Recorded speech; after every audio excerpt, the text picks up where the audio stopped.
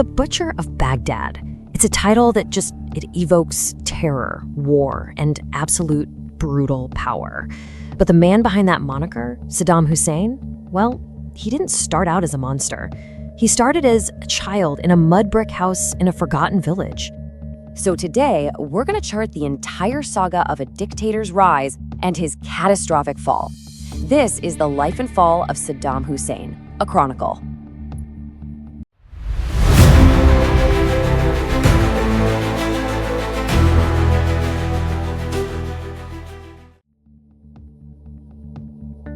We'll break his journey down into 6 parts.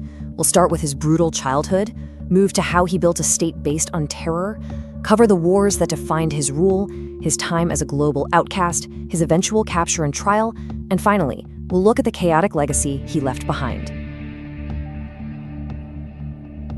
Okay, so our story begins in Halabja, a village about 100 miles north of Baghdad. It's here that a young Saddam was shaped by poverty and violence, which really set him on a path toward a radical ideology. Born in 1937, Saddam's father died before he was even born, and he grew up suffering under an abusive stepfather. At just 10 years old, he ran away to live with his uncle, a fervent nationalist, who basically tutored him in vengeance. By 18, he was a member of the Socialist Ba'ath Party. His early years were actually marked by failure. Failed plots, failed exams. He even botched a 1959 assassination attempt that left him with a bullet in his own leg as he fled into exile. But in 1968, he would return, and this time he was a key player in a successful coup that brought his Ba'ath Party to power for good. Once he had a real position of power, Saddam didn't just participate in the government. Now, he built the very machinery that would enforce his will and eliminate any opposition. He became the architect of a state built on pure fear. He constructed this multi-layered security apparatus. You had the Mukhabarat, his sprawling intelligence agency, then the Special Security Organization, which was all about protecting his family. The Republican Guard was his fiercely loyal elite military force. And later on, the Fedayeen Saddam would act as this fanatical paramilitary group. Together, they formed an absolute iron grip on the entire nation. The sheer scale of his internal surveillance was just staggering. At its peak, his intelligence service, the Mukhabarat, had an estimated 170,000 informants. Think about that. This wasn't just state security, it was a web of fear that reached into every single neighborhood, every workplace, literally turning citizens against each other. His consolidation of power all came to a head in this televised spectacle in 1979. Right after becoming president, Saddam called a meeting of Ba'ath Party leaders. And in a truly chilling performance, he read out the names of 68 supposed conspirators. As their names were called, they were pulled from the room. That night, they were executed, and some were even executed by their own former colleagues. It was a brutal, terrifying message. Loyalty to Saddam was absolute, and dissent meant death. So, with his power at home completely solidified through terror, Saddam turned his ambitions outward. The 1980s would be defined by 2 of the most brutal campaigns of his reign, a devastating war with Iran and a genocidal assault on his own people. In 1980, fearing the spread of Iran's Islamic Revolution, Saddam invaded. What he thought would be a quick victory, well, it descended into an 8-year war of attrition. We're talking trench warfare, human wave attacks. The human cost was absolutely staggering, with chemical weapons used at Majnoon and a total death toll for both sides that topped 1 million people by the time a ceasefire was finally called. While the war with Iran was still raging, Saddam turned on Iran's Kurdish population in the north. The Anfal campaign, it was nothing short of systematic extermination. Its most infamous event, of course, was the 1988 chemical attack on the town of Halabja. Iraqi jets dropped a cocktail of mustard gas, sarin, and VX agent, killing 5,000 men, women, and children in minutes. Saddled with massive debt from the Iran-Iraq War, Saddam made a fateful gamble in the 1990s, a gamble that would turn him from a regional strongman into a complete international pariah. On the left here, you can see his justification. He accused Kuwait of stealing Iraqi oil and refused to repay billions in war loans. So, on August 2nd, 1990, his Republican Guard just stormed the country. And on the right? The global response was swift and it was decisive. The UN immediately condemned the invasion, and the US assembled a massive coalition of over 500,000 troops to drive him out. It sounded like in Baghdad, it was this short, and this is what happened.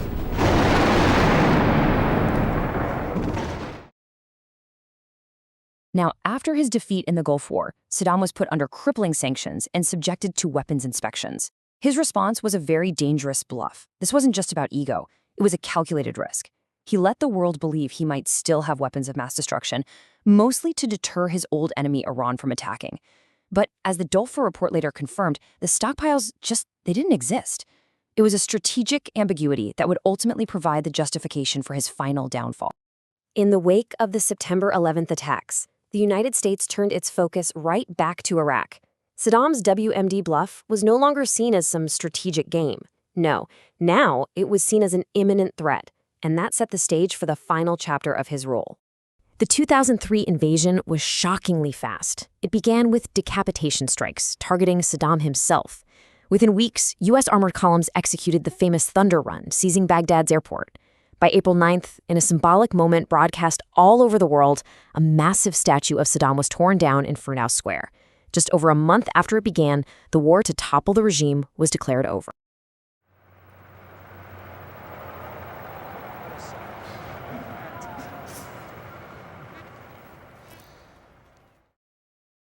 But Saddam himself had just vanished.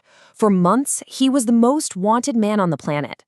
Then, on December 13, 2003, acting on a tip, U.S. forces raided a farmhouse near his hometown.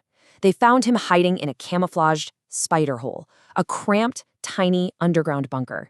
Disheveled and disoriented, the dictator was captured without a single shot fired. Now, of all his many atrocities, prosecutors decided to focus on a single, well-documented case, the 1982 Dujail massacre. After a failed assassination attempt in the town of Dujail, his regime retaliated by executing 148 Shiite men and boys, imprisoning hundreds of families, and just bulldozing their farms. This specific crime against humanity would be the basis for his trial. The end came quickly. After being found guilty and sentenced to death, his final appeal was denied on December 26, 2006. Just 4 days later, in the pre-dawn hours, he was escorted to the gallows. Taunted by his Shia guards in his final moments, Saddam Hussein was executed by hanging at 6:10 a.m.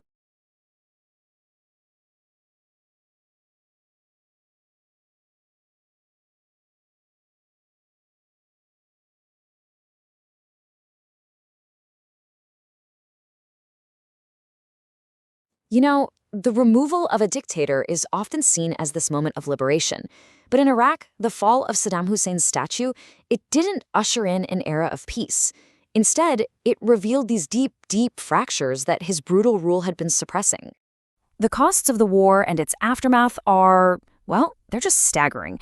Over 4,400 U.S. military personnel lost their lives.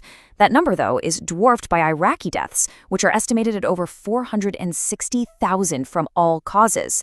And the financial cost to the United States alone has climbed towards $3 trillion. A few key decisions made right after the invasion created a massive power vacuum.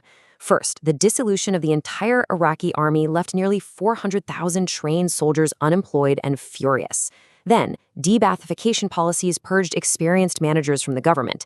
This instability fueled a vicious sectarian insurgency, creating a fertile breeding ground for al-Qaeda in Iraq, the very group that would later mutate into ISIS. And what about his dynasty? Well, his two sons and presumed heirs, the notoriously brutal Uday and the more calculating Qusay, they never even saw their father's trial. They were tracked down and killed in a fierce firefight in Mosul back in July 2003, signaling the definitive end of the Hussein family's rule. And this brings us to the final haunting question. Saddam Hussein's rule was built on undeniable terror, but it also enforced a kind of stability. His removal, which was intended to bring freedom, instead unleashed sectarian forces that led to decades of chaos and bloodshed. And it forces us to ask, what is the true price of intervention?